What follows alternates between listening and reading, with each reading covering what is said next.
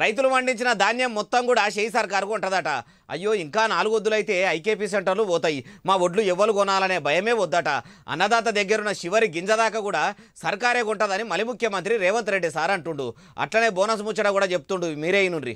ఆనాడు రైతులు పండించిన ఒడ్లు కొనే దిక్కులేక కల్లాలలోనే కుప్పల మీద గుండెలాగి రైతులు చచ్చిపోతుంటే రైతులు పండించిన చివరి గింజ వరకు కొనడమే కాదు 500 రూపాయల బోనస్ ఇచ్చి ఈ తెలంగాణ రైతాంగాన్ని ఆదుకోవాలని ఇందిరమ్మ రాజ్యంలో ఈరోజు మనం నిర్ణయం తీసుకున్నాం.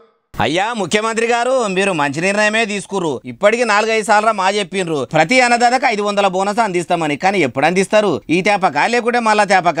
రైతుల దగ్గర నుంచి చివరి ఇత్తు దాకా కొంటామని చెప్తుండ్రు గాని ఒక ఐకేపీ సెంటర్లన్న టైంకు లారీలు వస్తున్నాయా? అధికారులు మీరు చెప్పినట్టు వింటున్నారా? మళ్ళీ సర్కారు మంచిగా చేస్తుందని నమ్మకంతోనే సాటుగా ఓట్లేసి ప్రజలు నేటుగా గెలిపించుకున్నారు. అసలుది రైతుల బాధలు పట్టించుకోకుండా ఎలక్షన్ల మోజులా పడ్డారు. ఓట్లేసేది కూడా ఈ పబ్లికే కాబట్టి ఓ పారి మంచిగా ఇషారా చేసి అన్నదాతలకు సకల సౌలతులు చేస్తే మీ కాంగ్రెస్ పార్టీ క్యాడర్ ఉంటది. లేకుంటే కార్ పార్టీ లెక్క మీ పార్టీ కూడా కనబడకుండా పోతుంది. మీకు తెలియంది కాదు యాడ్ చేస్తున్నాము పైలం సారు అంటూరు ఈ ముచ్చటిన్నోళ్ళు.